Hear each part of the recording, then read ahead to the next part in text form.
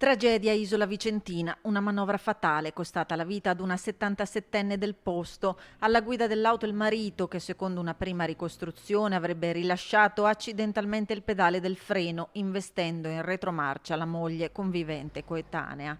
I militari della stazione di Maro accorsi sul posto non hanno potuto far altro che constatare il decesso della donna ed effettuare l'alcol test all'anziano con esito negativo. Su disposizione della Procura di Vicenza il veicolo è stato posto sotto sequestro, l'uomo denunciato per omicidio stradale. Tutto è successo in via Arnaldi, dove si trovavano i due coniugi stamattina. Presto sarà effettuato l'esame autoptico sulla salma della donna. Era venuto a abitare da poco a Isola Vicentina, ma aveva gli affetti più cari qui ad Isola e un incidente proprio sfortunatissimo. Conosco bene le famiglie, conosco gli affetti e sono vicino alle famiglie naturalmente. Una disgrazia proprio, un incidente fatale.